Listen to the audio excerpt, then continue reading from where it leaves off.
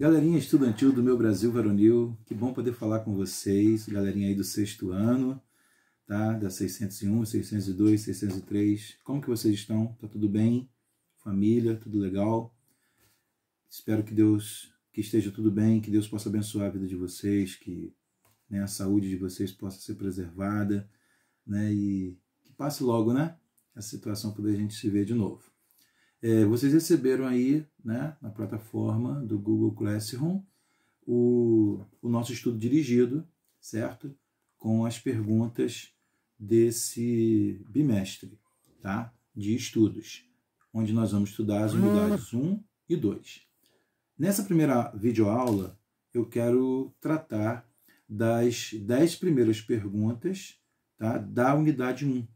A nossa unidade 1 está no nosso livro, começando na página 12, Espaço, Paisagem, Lugar e Território.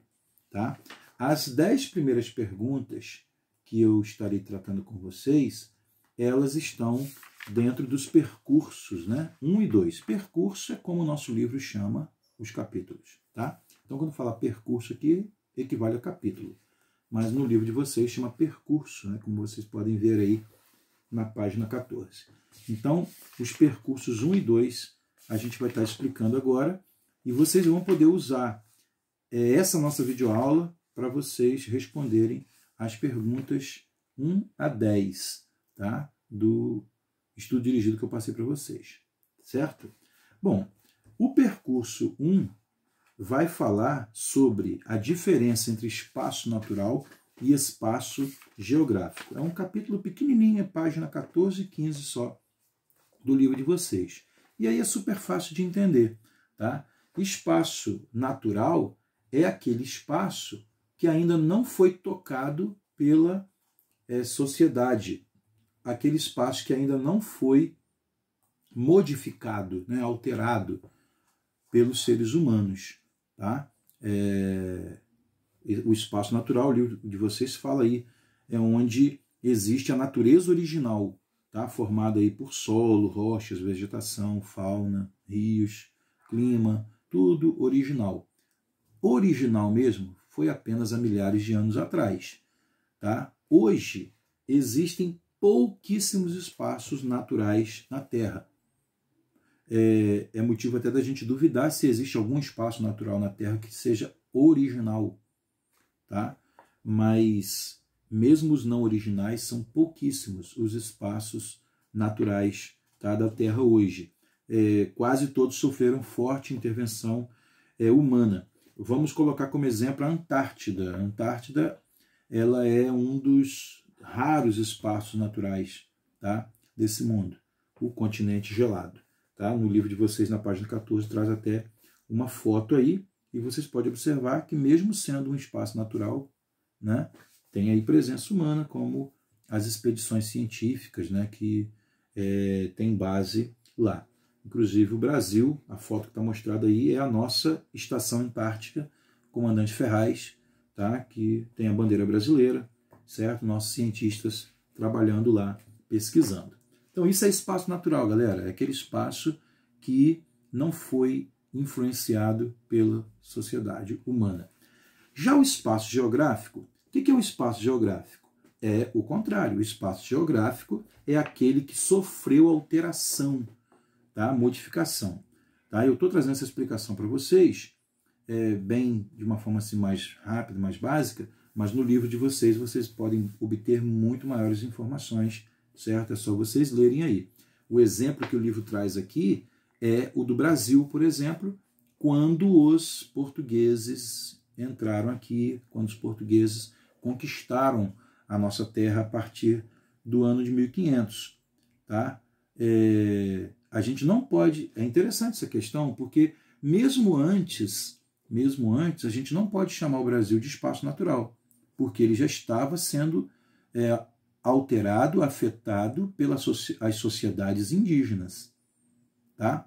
Mas quando chegam as sociedades portuguesas, a sociedade portuguesa chega e os outros povos que para cá vieram, né, europeus, aí essa alteração se intensificou. né? Porque aí entra a nossa análise aí, né? De que as sociedades indígenas, elas afetavam, né? Elas exploravam a natureza, mas de uma forma preservatória, né? Preservando. Já as sociedades, né, portuguesas, europeias que vieram para cá, já alteraram, né, explorando de uma forma predatória, ou seja, extraindo só sem colocar no lugar, tá? Sem permitir o desenvolvimento sustentável, tá, da natureza. O livro de vocês, então, até coloca aqui uma definição rápida. Esse espaço construído ou produzido pelas sociedades é o que se denomina espaço geográfico. Tá? Então, o que é o espaço geográfico? É o espaço construído ou produzido pelas sociedades. Porque aí as paisagens já ficam diferentes. Tá? No espaço natural, a paisagem é só natural. Só contém elementos produzidos pela natureza. Já no espaço geográfico, tá? Você tem uma mistura de elementos da natureza com elementos da sociedade, né? Então, isso aí é algo que a gente precisa colocar. Exatamente o conceito de paisagem é o que vai tratar o percurso 2, tá? A paisagem geográfica. O que é a paisagem geográfica? Às vezes as pessoas, quando falam de paisagem, né, logo vem à mente aí elementos da natureza, né? Céu, rio, vegetação, montanha, animais, ou uma cidade, né? Ou campos de cultivo, ou seja, uma fotografia, né? Panorâmica, chama de paisagem, né? O pessoal até, antigamente, né, tinha o costume de, na sala, colocar aquele quadro pendurado e chamar aquele quadro aí de paisagem. Ah, eu tenho uma paisagem pendurada na minha sala, né? Então, é o conceito de paisagem. Mas na geografia, certo? O conceito é um mais amplo.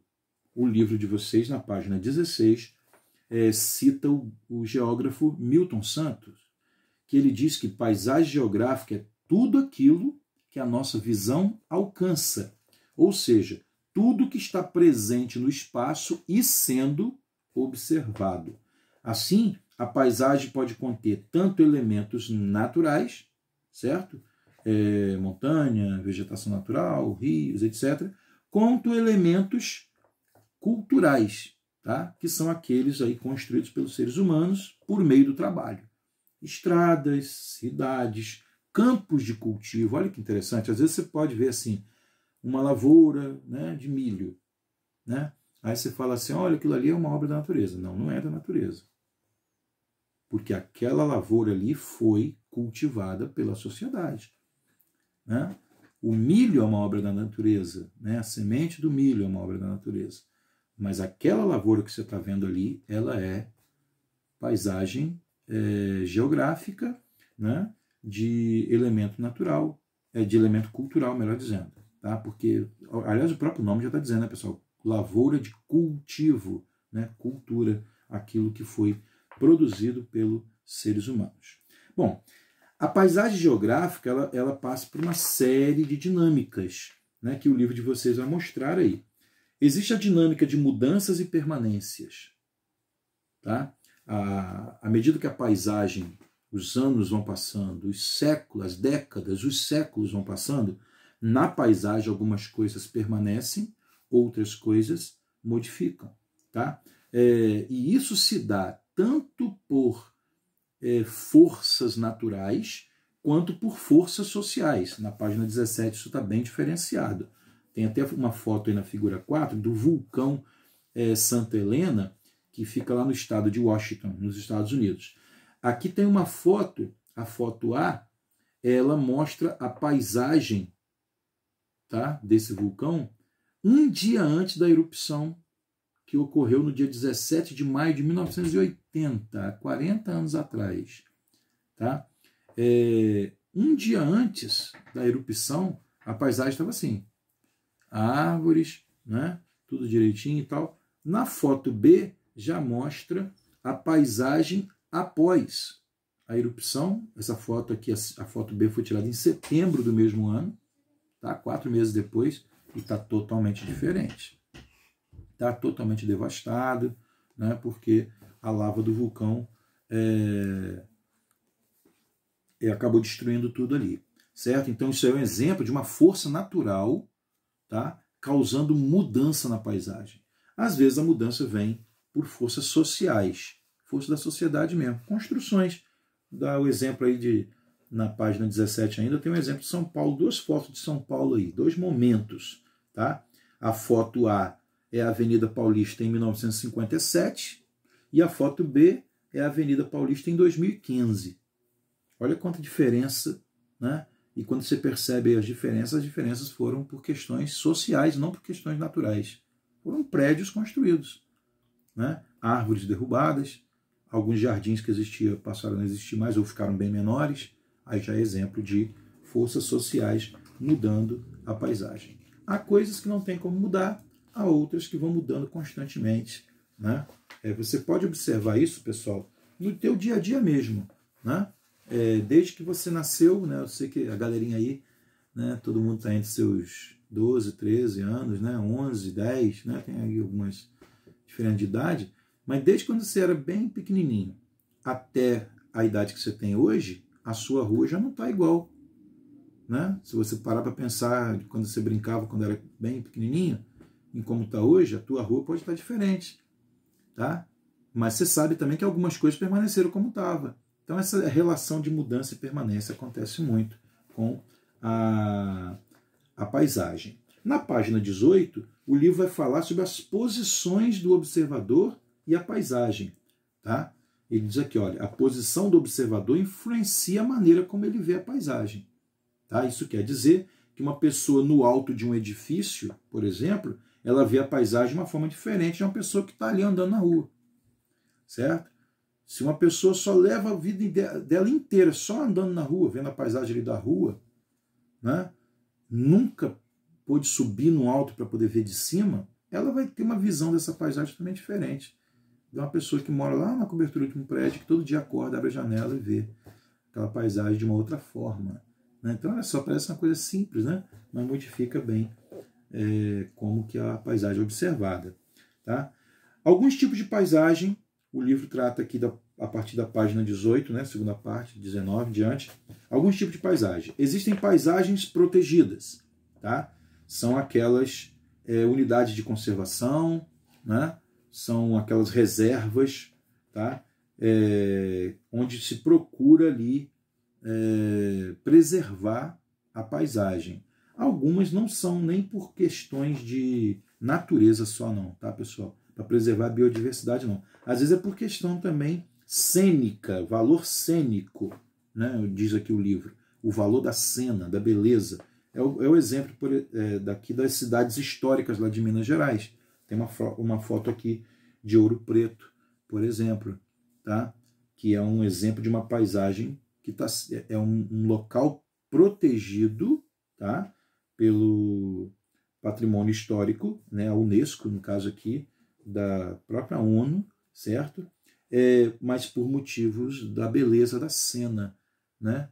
Preservação da história, porque é uma cidade que remonta à época da mineração, né, no Brasil.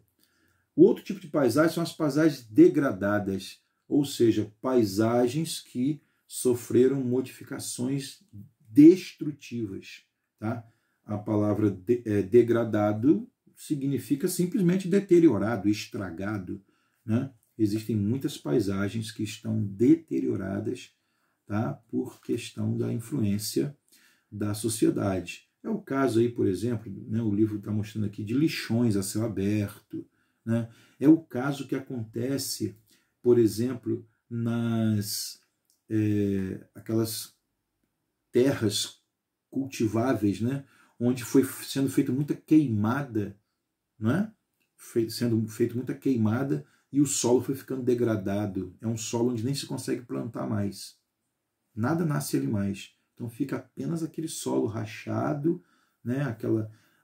Aquelas rochas, né? Aquelas areias, né? Bem fininhas, né? Queimada, aquele deserto, né? existe um processo chamado desertificação, que é onde áreas que antes eram cultiváveis se tornam deserto, né? Porque estão sendo degradados, né? Então, exemplo de paisagens degradadas. Paisagens relacionadas a desigualdades sociais, tá? Também tem a ver, certo? São diferenças que acontecem por questões sociais, né? Essa foto que está aí na página 19 de vocês, a foto A, ela aparece até em muitos outros livros didáticos, né? A foto que já ficou famosa. É o caso que acontece lá em São Paulo, na famosa favela de Paraisópolis, tá? Lá em São Paulo. Essa favela, ela está exatamente ao lado, né? Aqui a foto está mostrando aqui, ó. Ela está exatamente ao lado de um condomínio de luxo, né? Lá em São Paulo, onde vocês podem até observar aqui, ó, tudo isso aqui são sacadas do prédio, onde o pessoal coloca, tem piscina, tem tudo aqui instalado. Então, quer dizer, daqui de cima, as famílias ricas, abastadas lá de São Paulo, tomam lá seus banhos de piscina, isso aqui e tal, e lá embaixo eles podem contemplar os barracos, né? Um em cima do outro, aquela situação de moradia precária, de ruas apertadinhas, de becos, né? Enfim, então isso aqui é um exemplo de paisagens que mostram, claro, né, as desigualdades sociais, né? Isso aí é um dos grandes problemas da urbanização, tá? Na página, pulando aí a página 20, certo? Que contém aí uma leitura de paisagem, certo? Mas que a gente não vai explorar essa parte aqui, pulando para a página 21 do livro. Paisagens e povos originários e tradicionais no Brasil, tá? O que está querendo dizer com povos e comunidades tradicionais? Aqui está falando daqueles povos que ainda contêm tradições dos antepassados, indígenas, certo? E escravos africanos. Então é o caso das aldeias indígenas, tá? E é o caso dos quilombos, né? Das comunidades quilombolas. Né? Na história vocês lembram que já estudaram, né? Que os quilombos eram aqueles refúgios para onde os negros fugiam, né? E depois que aconteceu a abolição, muitos desses quilombos continuaram, né, funcionando e existem até hoje. Tá? Hoje eles são bairros de cidades, ou são até cidades, né, e formam aí comunidades quilombolas. Nessas comunidades, a paisagem muitas vezes preserva, né, características que existiam desde a época do Brasil colonial.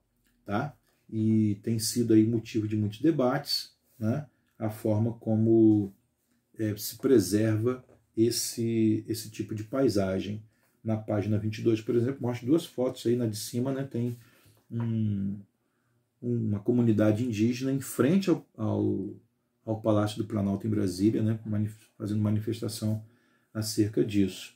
Na foto B, da figura 11, página 22, está mostrando um dos maiores motivos que tem causado degradação, destruição de paisagens dessas comunidades tradicionais, que são as barragens dos rios para a construção de usinas hidrelétricas. Quando esses rios são represados, as águas mudam, né, de leito, o leito do rio é modificado, e muitas vezes essas águas afogam, né, literalmente, comunidades inteiras, tá? Destruindo aldeias, destruindo a mata onde o índio faz a sua caça, alterando a fauna, né, os animais ali da região onde os índios tiram seu alimento, né? Então é algo realmente para se parar para pensar. Na página 23, inclusive, né, eu até recomendo para que vocês leiam, está mostrando aí a situação de uma etnia chavante, tá? É um dos povos aqui indígenas do Brasil, e a situação que acontece com eles lá relacionada a isso. Bom, galerinha, na página 24 e 25 estão as atividades do percurso 1 e 2. Tá? que elas equivalem às perguntas 1 a 10, tá? Do estudo dirigido que eu mandei para vocês. Com base nessa aula que a gente teve aqui, é apenas um panorama, né, que eu procurei passar para vocês. O mais importante é vocês lerem o livro, certo? Com base no livro, vocês vão ter condições tranquilas de responder as perguntas. Em cada pergunta eu já indiquei onde está a página onde está a resposta. É só vocês entenderem bem a pergunta aí, pesquisar no livro, certo? Que vocês vão conseguir responder direitinho. A última pergunta é uma pergunta pessoal. Descreva o lugar onde você mora e o seu sentimento em relação a ele. Tá? Quando a gente mora num lugar, a gente acaba pegando carinho por esse lugar, né? Isso passa a ter sentimento para a gente. É aí sobre isso, inclusive, que a gente vai tratar na questão 3, né? No percurso 3, na nossa próxima videoaula. Tá? Então, vocês procurem responder aí com todo cuidado. E à medida que vocês forem respondendo os exercícios, tá? Vocês podem responder no caderno, não precisa copiar a pergunta de novo, não. Tá? Lá no caderno você bota o número da pergunta e já coloca a resposta. Depois você pode fotografar aí, né, o caderno e postar lá no e-mail, né, no e-mail lá da plataforma Google Classroom. Tá? Tudo isso é muito novo para a gente, está todo mundo ainda meio, né, se ambientando. Pode ter certeza que não é difícil só para você, está sendo difícil para nós, professores, também, bastante, né, a gente se adaptar a isso, mas com Deus nos ajudando aí, a gente vai conseguir, tá? Com certeza passar por isso. Tá? Que Deus abençoe você, a sua família, tá? E até a nossa próxima videoaula, quando a gente vai tratar dos percursos 3 e 4 da unidade 1. Beleza?